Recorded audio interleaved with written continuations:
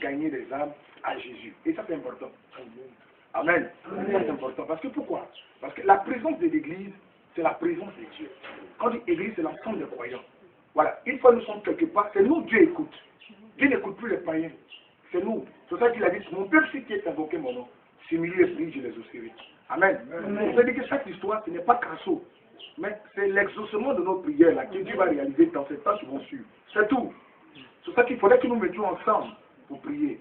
Quand Néhémie devait partir, il dit, lèvons-nous, bâtissons. Nous allons nous mettre ensemble afin de bâtir le royaume de Dieu dans ce village. Alléluia. Amen. Ah oui, c'est cette leçon qu'il donne à l'humanité et au monde entier pour dire que l'Église doit se mettre ensemble. C'est vrai. L'Église. Une fois qu'on n'est plus ensemble, ça devient une secte. Amen. Amen. Oui, ça devient une secte. S'il faut manger avec les gens de ma communauté, parce que je suis Pentecôte, parce que moi je suis de l'église Pentecôte, amen, Pentecôte authentique international, lui il est des Pentecôtes évangéliques. Moi je suis notre branche de Pentecôte authentique international. Alors s'il faut que je mange avec les gens de Pentecôte seulement, et puis je vois mon frère Harris, et puis je le condamne, c'est que moi, si je pense que mon frère Harris, il n'est pas dans la vérité, c'est ce que je pense peut-être. Qu'est-ce que je dois faire? C'est de prier pour lui et de l'approcher. Si je pense que mon frère Pentecôte, il n'est pas dans la vérité, la chose qu'il doit faire, c'est de l'approcher et de prier pour lui. Mais en réalité, celui qui est dans la lumière, c'est Jésus. C'est tout ça que nous devons faire. Amen. Et il faudrait que c'est ça qui fait que par moment, Satan gagne nos villages. Oui, parce qu'on se combat entre nous-mêmes. Nous chrétiens, on se combat.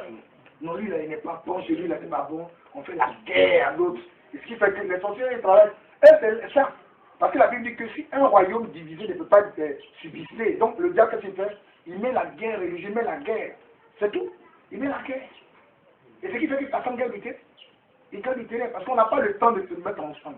Vous savez, quand l'église se met ensemble, c'est fini. Ça dérange le royaume de Satan. Et c'est ce que nous sommes en train de faire ici, en train de déranger le royaume de Satan. Et partout sont passés, d'ailleurs, c'est ce qu'on a toujours fait. Oui, on met les gens ensemble, on prie d'abord. Vous savez qu'ici, on a démarré sans cette rencontre-là. Donc Dieu a créé une histoire, une situation où nous devons nous mettre forcément ensemble pour prier. Alléluia. Amen. Voilà, que Dieu bénisse. Amen. Amen. Voilà, que Dieu fortifie. Parce qu'on aime une personne, qu'on aime un village, qu'on aime une nation, on paie le prix de cette nation. Le beau cadeau que vous pouvez faire pour le village, c'est ce que vous êtes en train de faire. Gêner pour que Dieu délivre ce village. C'est tout. Sinon, ce n'est pas Crasso qui va venir délivrer, c'est Jésus qui délivre. Jésus qui passera par les anges, mais ce n'est pas toi aussi. Ce n'est pas Crasso que tu vois, mais tu as aussi participé. Le fait que tu es levé dans la prière, tu as aussi participé. C'est tout. Ce n'est pas celui qui vient déterrer canari ou un cassette. Non. Non, le fait que tu aies prié pour dire Seigneur, agis, c'est fini, tu as participé à la délivrance.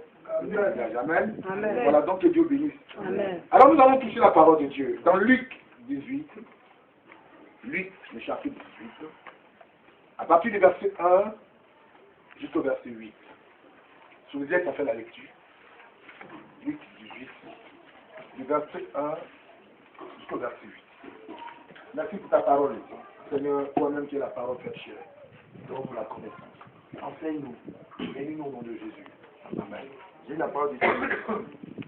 Jésus leur adressa une parabole pour montrer qu'il faut toujours prier.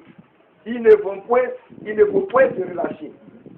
Il dit, il y avait dans une ville où un juge qui ne craignait point Dieu et qui n'avait d'égard pour personne. Il y avait aussi dans cette ville une veuve qui venait lui dire, fais-moi justice de ma partie adverse. Pendant longtemps, il refusa. Mais ensuite, il dit en lui-même, quoique je ne craigne point Dieu et que je n'ai d'égard pour personne, néanmoins, pour que cette veuve m'importune, je lui ferai justice afin qu'elle ne vienne pas sans cesse me rendre la tête. Le Seigneur ajouta, entendez ce que dit le juge, et Dieu ne fera-t-il pas justice à ses élus qui crie à lui jour et nuit, et t'adhérera-t-il à leur égard? Je vous le dis, il leur fera promptement justice. Amen. Voilà, que Dieu bénisse. Amen. Regardez un peu le passage.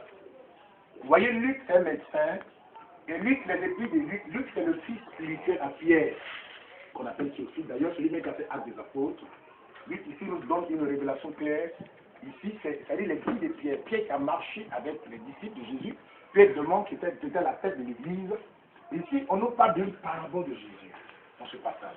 On dit Jésus donne une parabole pour montrer qu'il faut toujours prier, il ne faut pas se fatiguer.